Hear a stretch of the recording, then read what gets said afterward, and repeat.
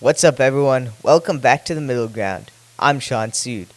The last 2 weeks have been absolutely crazy in politics, so this episode will have two parts. In the first half, I'll talk about political violence through the lens of Charlie Kirk's recent assassination. In the second half, we'll look at political censorship, focusing on the suspension of Jimmy Kimmel from ABC. Both moments raise the same central question: how does a democracy balance safety, accountability, and free speech? Political violence is not a new problem in the United States. From the shooting of Representative Gabrielle Giffords in 2011 to the attack on Representative Steve Scalise in 2017, elected officials and political figures have long faced threats. But in September 2025, that threat became reality for Charlie Kirk. Kirk, the founder of Turning Point USA and a prominent conservative commentator, was shot and killed while speaking at Utah Valley University. The alleged gunman, 22-year-old Tyler Robinson, has been charged with aggravated murder and several weapons offenses. Investigators say Robinson used a vintage rifle, and DNA evidence linked him to the scene. Authorities also uncovered online messages that suggested he had been planning the attack for weeks. Still, a crucial detail remains unresolved: motive. Some commentators quickly labeled the shooter as politically motivated. Others insisted he was simply disturbed. Police have said they are still investigating and have not confirmed a political affiliation.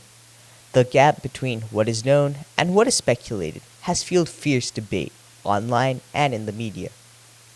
Charlie Kirk's assassination highlights the deep vulnerability of public political figures today. Whether you agree with Kirk's ideas or not, the fact that he was murdered while exercising his free speech rights strikes at the heart of democratic norms. Violence of this kind doesn't just end one person's life, it threatens the right of all people to speak and be heard without fear of physical retaliation. There's also a broader cultural layer. For years, Kirk himself warned about political violence. He often pointed to protests against conservative speakers, arguing that the left tolerated aggression towards voices it disliked. His killing now forces both sides of the political spectrum to address heated rhetoric and hostility that can spill into real-world danger. The lesson of political violence is straightforward but difficult. Ideas must be met with arguments, not weapons. When bullets replace words, democracy itself is under attack. If violence silences voices, censorship does too, but in a very different way. And while Charlie Kirk's death raises fears about safety, Jimmy Kimmel's suspension has raised questions about speech and accountability. Jimmy Kimmel has long been known for blending late-night comedy with political commentary. But following Charlie Kirk's death, comments he made on Jimmy Kimmel Live sparked intense backlash. On air, Kimmel suggested that the MAGA gang was trying to reframe the shooter's identity, claiming conservatives were eager to blame anyone except one of their own. Those remarks came before investigators had released full details. Critics accused Kimmel of spreading misinformation and politicizing a tragedy. The response was swift. ABC suspended Jimmy Kimmel Live indefinitely. Several large station groups, including Nexstar and Sinclair, announced they would no longer carry the program. The Federal Communication Commission even suggested that regulatory consequences might follow, arguing that Kimmel's comments misled viewers about the facts of the shooting. Supporters of the suspension argue that media figures, even comedians, have a responsibility to avoid fueling division with unverified claims. Opponents argue that it is censorship, a comedian punished for expressing an opinion, even if it was controversial or premature.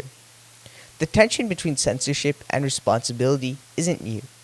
The First Amendment protects speech from government restriction, but it doesn't guarantee freedom from corporate consequences. Networks and advertisers decide what to broadcast. Regulators decide whether broadcast content crosses certain lines. The Kimmel case sits squarely in that gray area.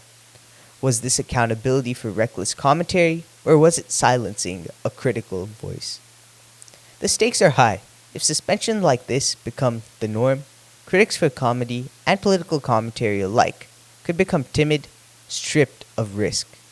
But if there is no consequences, others worry misinformation will spread unchecked, especially in moments of national crisis.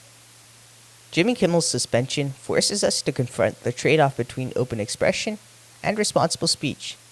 Where that line should be drawn will remain contested.